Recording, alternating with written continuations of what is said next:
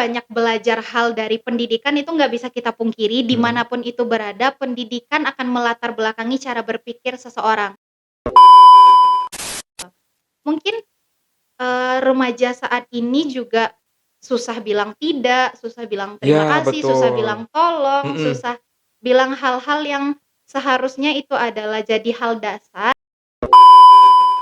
Kalau tips dari Anum sih, teman-teman harus selaraskan 4B, Oke apa tuh Anum? 4B, brain, brain? beauty, behavior, dan brave.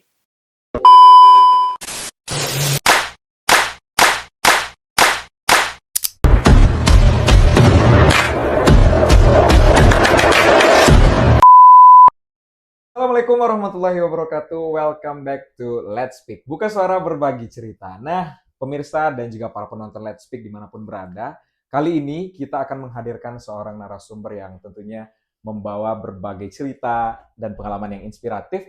Tentunya juga akan bisa memotivasi kita, khususnya anak-anak muda, Gen Z di luar sana yang ingin termotivasi dengan pencapaian-pencapaian dari narasumber kita ini. Wajib untuk pantengin Let's Speak hari ini. Nah, kita sudah kehadiran bintang tamu kita hari ini, ada Putri Hanum Hafiah Deva, atau yang lebih dikenal dengan Anum ya. Oke, selamat datang Anum. Oke, selamat malam Bang Isla dan teman-teman semua. Hmm. Perkenalkan, nama aku Putri Hanum Hafia Deva, biasanya akrab dipanggil Anum. Aku adalah seorang anak asli Nagari Piliang Labuah yang mungkin berpendidikan dan berkelana ke tempat-tempat yang mungkin agak jauh lah Oke. dari uh, tanah kelahiran. Wah, ini menarik banget nih, karena biasanya anak-anak Labuah ini emang nggak terlalu terdengar nih gaungan prestasinya, tapi Anum bisa membuktikan hari ini untuk bisa datang ke sini dan berbagi kepada pemirsa Let's Speak dimanapun berada. Nah, Anum, kalau kita mau ngobrolin tentang perjalanannya nih sebagai seorang yang memang sudah memiliki pengalaman yang banyak sekali, kemudian juga berkelana kemana-mana juga, gimana sih awalnya Anum tertarik untuk memasuki dunia pendidikan di bidang kesehatan atau di organisasi-organisasi yang memang sudah banyak sekali nih kegiatan atau aktivitasnya nih, Bang? Oke, mungkin sebelumnya kita beranjak dari Anum kecil Hmm, dulu kali ya, Bang. oke. Mungkin dari dulu Anum memang punya kepribadian yang mudah bergaul dengan orang lain. Extrovert ya? Bisa Extrovert? Bisa dibilang dibilang seperti extrovert? itu, bisa Oke. dibilang ekstrovert Hmm, dan mudah nyambung lah dengan orang lain. Jadi dengan banyaknya bergaul dengan orang-orang yang baik dan hmm, orang-orang yang udah punya pengalaman sebelumnya, membuat Anum tuh berpikir out of the box gitu loh. hmm.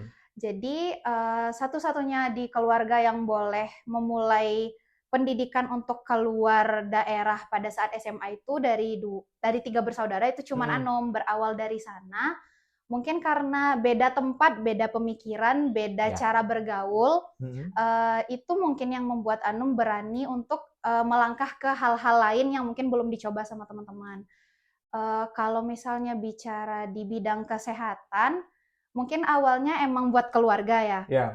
Pinginnya di dalam keluarga itu ada setidaknya satu orang yang mengerti tentang kesehatan. Jadi mungkin pada saat ada hal-hal urgent yang kayak gawat darurat, sebelum mungkin ada bantuan dari orang lain, Hmm. setidaknya kita di keluarga sendiri itu bisa mengantisipasi hal-hal yang bisa kita lakukan.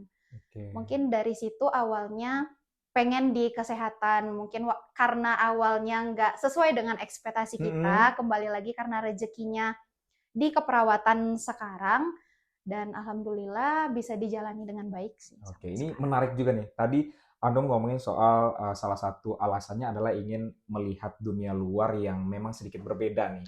Ya, kalau untuk alasannya nih, selain tadi Andong bilang ingin mencoba hal-hal baru di luar sana, apa sih yang memang sangat melatar belakangi Andong memang ingin nih untuk mengubah keadaan lah ya, istilahnya mengubah keadaan dari yang kita bisa bilang untuk berpendidikan di dekat rumah aja atau di sekitar domisili aja, ini bisa langsung keluar nih. Apalagi waktu SMA ya, ini usia yang sangat muda, udah berani untuk mencoba ataupun mengambil risiko jauh dari orang tua gitu. Itu kenapa nih?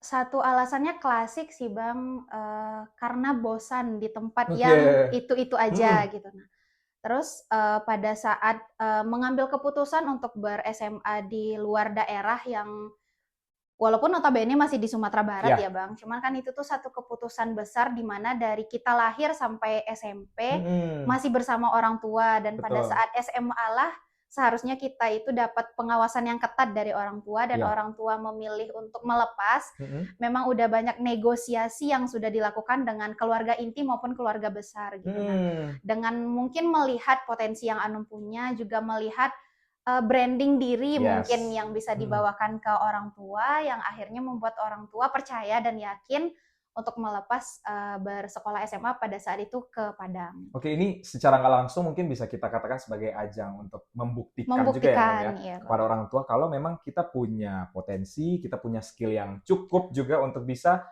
bertarung lah ya di dunia luar yang lebih keras juga gitu. Nah, apa yang sih yang Anum rasakan gitu ketika memang sudah memilih jalan ini, ketika jauh dari orang tua, dari awalnya memang istilahnya kita bisa terkurung di suatu daerah aja, kemudian memilih untuk bersekolah di tempat yang lebih banyak fasilitasnya ataupun lebih jauh gitu. Apa sih membedakannya? Ada culture shock juga nggak sih yang Anum rasakan gitu? Culture shock yang mungkin di SMP atau dari SD ini belum ketemu nih, tapi di SMA, wah ternyata dunia ini luas banget gitu. Kalau culture shock mungkin nggak terlalu ya Bang, cuman yang kerasa banget itu pada saat bulan Ramadan. Misalnya kita kayak sahur dibangunin, misalnya kalau pada saat sahur waktu nunggu waktu subuh ngantuk, disuruh berdiri atau disuruh duduk sampai nunggu azan subuh gitu. Nah, tapi pada saat di Padang itu memang harus ngehandle sendiri, yang mana sahurnya bangun pakai alarm, terus harus bangun lagi buat pesantren Ramadan sendiri tanpa adanya bibu dari orang tua gitu. Terus belajar pergi sekolah sendiri, walaupun pada saat itu mungkin pakai kendaraan umum atau diantar sama keluarga gitu. Kalau culture shock yang bikin nggak nyaman sih nggak ada. Cuaca juga cocok-cocok aja. Teman-teman mungkin karena Anum ekstrovert juga. Iya, yang tadi ya, ekstrovert sangat jadi membantu pastinya. Kayak ya udah masuk aja, temenan-temenan gitu masuk aja. Cuman yang jadi struggle banget waktu SMA itu, kan tujuan kita tuh memilih sekolah yang bagus pada saat SMA pasti ujung-ujungnya perguruan tinggi ya Bang. Yes, betul. Ujung-ujungnya pasti itu. Cuman struggle-nya pada saat itu, di saat Anum sudah bisa meraih SMA yang top lah di Sumatera Barat favorit jatuhnya, ya. udah meraih top di sana, tapi ya kenyataan berkehendak lain pada saat ingin masuk kuliah lah, struggle-nya yang benar-benar setelah kita dinaikkan setinggi-tingginya, akhirnya dijatuhkan sejatuh-jatuhnya. Wah, ini dalam banget ya, dijatuhkan juga berarti. Sejatuh-jatuhnya, dengan kita sudah diberikan harapan jadi siswa eligible, dengan bisa daftar SNMPTN, kita punya semua peluang yang kita bisa approve lah di sana. Betul. Gitu. Nah, tapi kenyataan berkata lain, dan akhirnya Anum awalnya terpaksa berkuliah di tempat swasta yang notabene awalnya kayak nggak usah kuliah deh tahun ini, mau gap year aja, mau gimana ya, pasti teman-teman kayak ya udahlah aku pengen bimbel aja dulu 1 tahun, fokus pokoknya fokus 1 tahun untuk persiapan. Pokoknya harus ini, biasanya kan orang seperti itu. Tapi ya kembali lagi karena dukungan dari orang tua, dan jalan satu-satunya ikhlas sih sama apa yang udah jalannya buat kita. Akhirnya dengan setelah merasa jatuh sejatuh-jatuhnya, mencoba bangkit dan menerima keadaan kalau oh ya udah kayaknya berkuliah di swasta aja. Ini jadi pembelajaran juga untuk kita bersama, karena sesuatu yang mungkin kita anggap sebagai suatu keterpaksaan di awal atau hal-hal yang buruk lah ya istilahnya gitu. Tapi ternyata membawa dampak yang sangat besar untuk kehidupan. Nah, kita beralih ke dunia kuliah nih. Tadi kan udah bahas tentang SMA, kemudian juga bagaimana memutuskan untuk bisa jauh dari orang tua ketika SMA. Untuk kuliah nih, awalnya keterpaksaan. Tapi sekarang kita ngelihat ya di prestasi itu nggak main-main sih sebenarnya gitu. Udah banyak banget prestasi yang didapatkan selama menjadi seorang mahasiswa di sana gitu. Di salah satu universitas yang ada di Sumatera Barat juga gitu. Itu gimana, Nom? Titik baliknya nih, dari awalnya merasa kayak aduh ini akhir dari segalanya mungkin ya. Tapi ternyata bisa balik lagi nih untuk bisa memotivasi diri lagi agar bisa berprestasi gitu. Titik baliknya gini sih Bang, pada saat Anum semester 1 itu kan COVID nih. Pada saat itu COVID, jadi kayak oh ya udahlah toh kuliahnya online sama aja kayak nggak kuliah, tahun depan Mm-mm. coba lagi deh biar Mau kecapai apa yang UTBK lagi ya, dipengin waktu gitu itu kan. UTBK ya, Ya masih waktu itu kan UTBK ya. UTBK gitu. Tapi dengan mungkin jalan dari yang di atas kali ya Bang, pada saat itu apply beasiswa dan syukur alhamdulillahnya keterima. Wow. Jadi dengan adanya beasiswa itu kayak oh yaudah ini bisa nih gitu, ini bisa Ya. nih. Pada awalnya kayak gitu. Mm-mm. Tapi pada saat udah berkecimpung dengan teman-teman yang lain, Anu mikirnya tuh kayak oh jadi ini tujuan dulu disekolahin di SMA favorit di Sumatera Barat. Mm-mm. Karena cara pikirnya pasti berbeda dengan Betul. orang-orang yang tidak bersekolah di tempat kita bersekolah. Itu salah Tadi satu kesempatan tadi ya itu yang salah satu didapatkan gitu. privilege yang Anum dapat. Terus pada saat pemikiran yang awalnya kayak oh mau UTBK lagi tahun depan, tapi niat itu terurung karena akhirnya tergabung ke Forum Genre Kota Bukit Tinggi. Wow, menarik. Nah, ini juga menarik sih, Num. Tadi kita bahasnya tentang kuliah, awalnya keterpaksaan, kemudian mencoba untuk mencari celah yang positif ya dari lingkungan. Ternyata bisa menemukan ini, salah satunya adalah di Forum Genre Kota Bukit Tinggi. Kenapa nggak coba di Tanah Datar aja nih? Karena kan tinggalnya di Tanah Datar nih.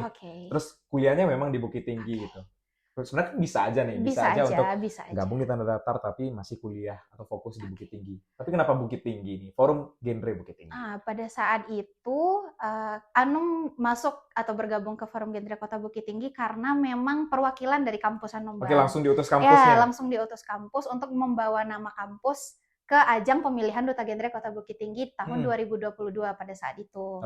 Dan qadarullahnya dapat jadi seorang winner di Putri. Wow, keren. Kemudian di branding oleh kampus dan apa segala macam. Nah, otomatis pada saat kita jadi Duta Genre di Kota Bukit Tinggi, 1 tahun itu adalah pengabdian kita untuk kota tersebut. Nah, jadi balik mikir lagi nih, kalau misalnya rezeki lagi UTBK dan tidak harus di Bukit Tinggi, gimana nih tugas yang udah dititipkan? Yang sudah diamanahkan yang sudah diamanahkan sama warga Kota Bukit Tinggi untuk kita. Jadinya memilih, oh ya udah, sekarang fokus kuliahnya dibenerin, Forum Genre-nya dijalanin, terus alhamdulillah juga bisa bergabung ke Forum Genre Sumatera Barat dan menjadi top 10 Duta Genre Putri Sumatera Barat. Applause juga nih yang di studio, applause dulu. Oh, keren banget ya. Ini memotivasi sekali, apalagi untuk anak-anak muda ya. Ternyata segala sesuatu yang sudah ditakdirkan itu nggak pernah salah nih. Untuk siapa takdir itu atau siapa kesempatan dan privilege itu ya, pasti akan berbalik pada empunya atau yang memang ditakdirkan untuk itu gitu. Nah, sebagai seorang Duta Genre di Kota Bukit Tinggi, apa sih yang Anum jalankan di sana? Program-program seperti apa sih itu? Terus juga gimana sih caranya untuk bisa bagi waktu antara sebagai seorang Duta Genre yang pasti sibuk banget dengan kuliahnya, apalagi anak kesehatan juga gitu. Silahkan Anum. Satu sih Bang, dukungan dari keluarga sama orang-orang sekitar tuh sangat penting. Support dengan Anum punya tanggung jawab di luar kampus, tapi kampus ini selalu tidak membedakan Anum dengan mahasiswa lain. Apa tugas yang seharusnya memang dikerjakan, apa ujian yang memang seharusnya dikerjakan, memang harus dikerjakan. Tapi mungkin itulah dasar orang bilang, tanggung jawab itu tidak pernah salah tempat. Betul. Mungkin karena Anum cocok untuk tanggung jawab tersebut, ya mungkin pagi ujian OSCE dulu di kampus, sorenya ke Padang untuk pergi technical meeting atau apa segala macam, hal kayak gitu udah biasa Anum jalanin pada saat jadi Duta Genre gitu. Tapi kembali lagi sih ke dukungan keluarga, ke dukungan teman-teman, dosen-dosen kampus dan orang-orang sekitar, sama dari diri kita sih, jaga mental, jaga kesehatan.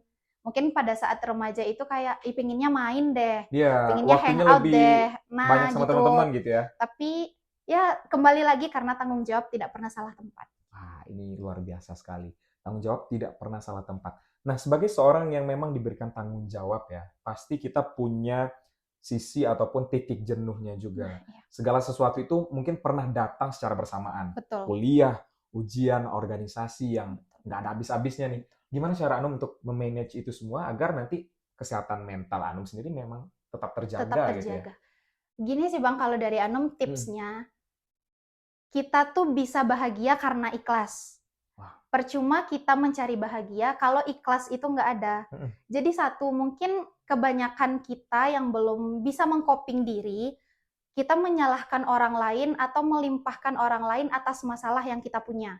Misalnya kita Hmm. punya masalah nih, tapi kita nge-bad mood-in orang yang notabene orang itu harus mengerti kita. Mm-mm. Padahal diri kita sendiri nggak ikhlas menerima itu ada. Mm-mm. Jadi lebih ke kita ikhlas kalau misalnya masalah itu menimpa kita, dengan kita ikhlas maka titik bahagia itu akan ada. Jangan berikan tanggung jawab orang lain untuk menyelesaikan masalah yang ada di diri kita. Oke, Gitu sih. bad mood kepada orang lain ini Nah, ya mungkin bisa kita lihat di tongkrongan kita sendiri nih gitu. betul, betul, Kayak betul. orang-orang yang memang punya masalah di Di balik dirinya, ya di nah, dirinya, terus tiba-tiba menyalahkan ataupun memberikan umpan yang apa ya kepada orang lain untuk nah, ngasih energi energi negatif negatif gitu. ya, Nah, energi negatif itu.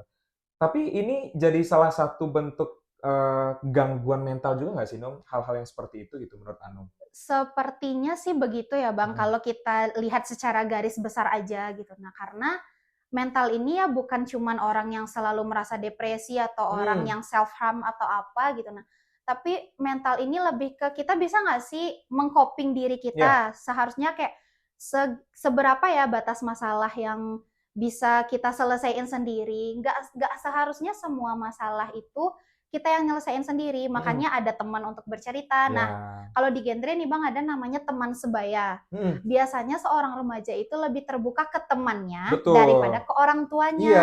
Nah, karena itu gitu. Nah, tapi kan kita nggak seharusnya membagi energi negatif kepada orang lain agar energi positif kita terisi. Mm-mm. Belum tentu dengan kita memberikan energi negatif kita kepada orang, energi positif kita tuh terisi. Malahan Mm-mm. kita membagi energi negatif ke orang-orang yang mana nanti suasananya jadi suram. Oke, itu tergantung ke diri kita bagaimana Nah, cara untuk menghandle biasanya itu ya, Nong ya, remaja berarti. begitu sih. Oke.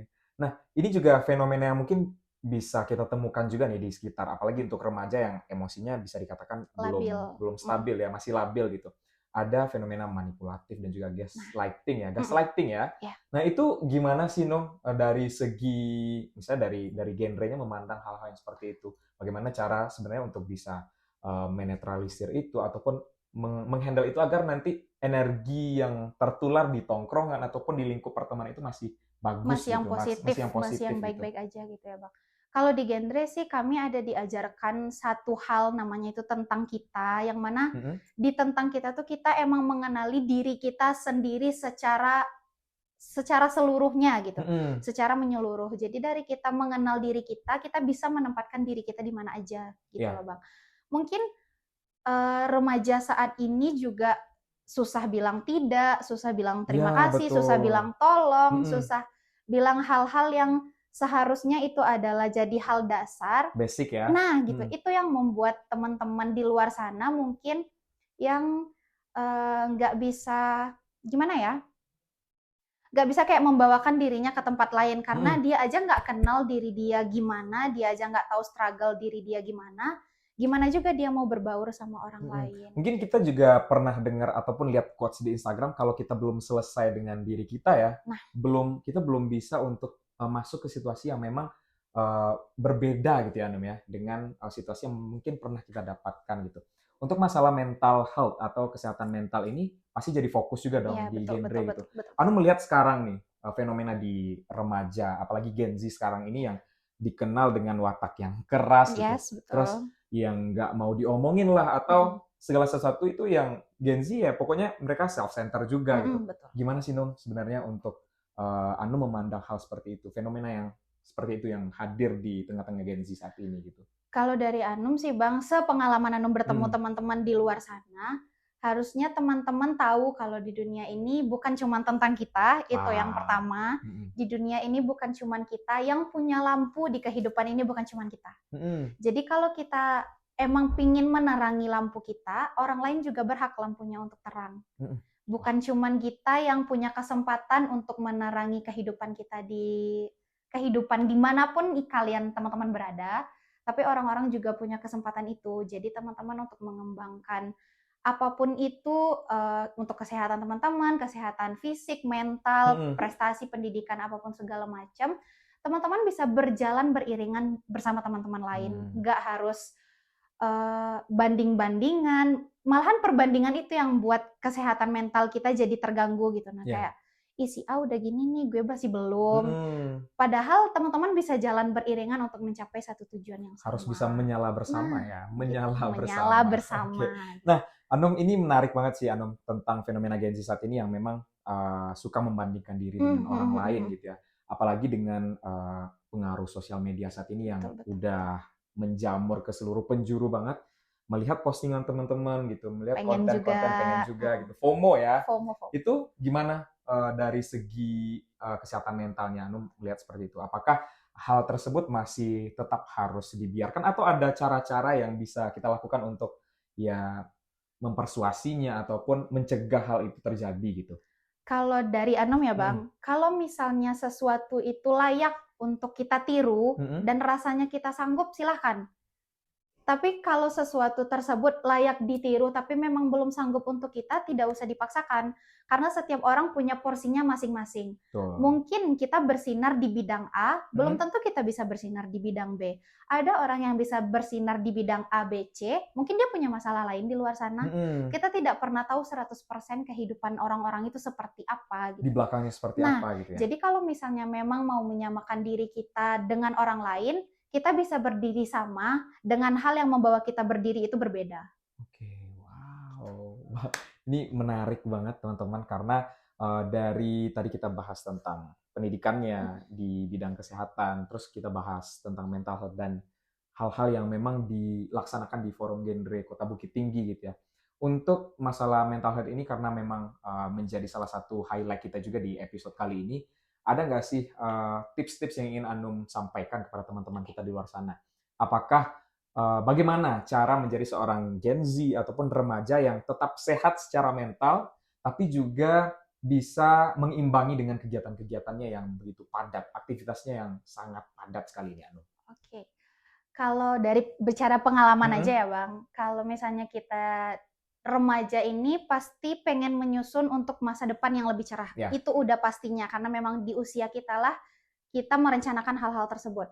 Kalau tips dari Anum sih, teman-teman harus selaraskan 4B. Oke, apa tuh Anum? Brain, beauty, behavior, dan brave. Oke.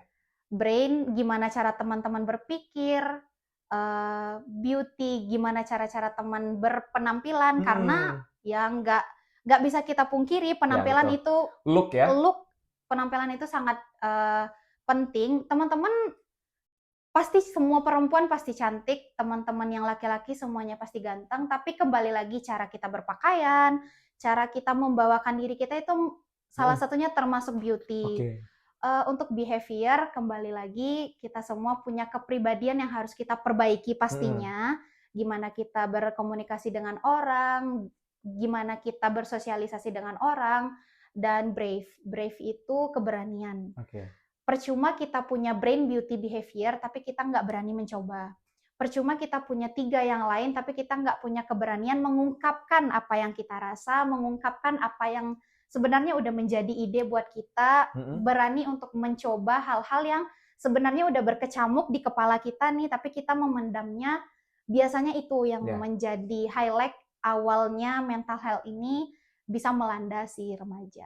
Oke, bisa dicatat ya teman-teman. Let's Speak dimanapun berada. Ini ada 4B tadi, brain, beauty, behavior, dan brave. Nah, ini kalau kita udah bisa menyeimbangkan ini semua atau punya yang 4 ini, ya bismillah ya, insya Allah ini bisa berjalan secara beriringan. Semesta akan mendukung. Oke, semesta akan mendukung. Dan tadi, menyala bersama juga. Nah, ya, betul-betul. Oke, Anum, ini udah di penghujung, gak kerasa banget ya. Tadi kita udah bahas banyak banget tadi di awal tentang perjalanan Anum memilih untuk menjadi seorang siswa di kota lain, terus masuk kuliah, struggle-nya gimana, aktif di forum genre, dan bahas kesehatan mental. Terakhir ini, mungkin lebih ke pesan-pesannya yang ingin Anum sampaikan kepada people dimanapun berada. Apa sih yang ingin disampaikan, khususnya anak-anak muda lah ya, yang harus kita miliki ataupun yang harus kita perbaiki ke depannya sebagai seorang Gen Z yang cerdas dan menyala, itu apa sih? Silakan Anum.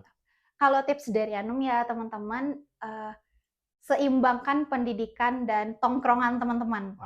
Karena teman-teman banyak belajar hal dari pendidikan, itu nggak bisa kita pungkiri, dimanapun itu berada, pendidikan akan melatar belakangi cara berpikir seseorang. Tapi teman-teman dapat hal-hal seperti sosialisasi, dapat teman-teman di luar sana yang memberikan pelajaran kehidupan itu pasti di tongkrongan. Gimana teman-teman memiliki tongkrongan yang positif, yang nggak toksik ya Bang. Itu yang menjadi brandingan diri teman-teman kepada orang-orang lain gitu sih. Jangan kehidupan tuh kayak selaras deh, pendidikan sama mainnya selaras. Karena selama ini Anum begitu. Wow, tepuk tangan yang di studio dan yang di rumah boleh tepuk tangan juga yang lagi nonton. Ini keren banget hari ini, episode kali ini. Kalau sebelumnya nih Anum, kita udah bahas tentang pertanian, terus juga politik. Sekarang kesempatan yang luar biasa banget untuk people, apalagi Gen Z, untuk bisa lebih mencermati dan memahami ternyata ada faktor-faktor yang memang sangat mendukung kita untuk berkembang ataupun improve di luar sana. Seperti bagaimana kita tadi memilih bagaimana jalan kita, pendidikan, keselarasan antara bagaimana kita bisa menghandle diri dengan menyocokkan dengan tongkrongan juga ya, tongkrongan juga gitu ya. Terima kasih Anum udah hadir hari ini. Sama-sama. Semoga nanti ada kesempatan lain kita bahas lebih banyak lagi di sini di Let's Speak, buka suara berbagi cerita. Dan akhirnya people dimanapun berada, kita udah di penghujung acara Let's Speak kita hari ini. Jangan lupa untuk tetap saksikan Let's Speak di Latia Kreatif Media dan tentunya akan banyak sekali informasi-informasi dan juga bintang tamu yang juga tidak kalah luar biasa juga. Oke, see you di Let's Speak selanjutnya. Wassalamualaikum warahmatullahi wabarakatuh dan sampai jumpa.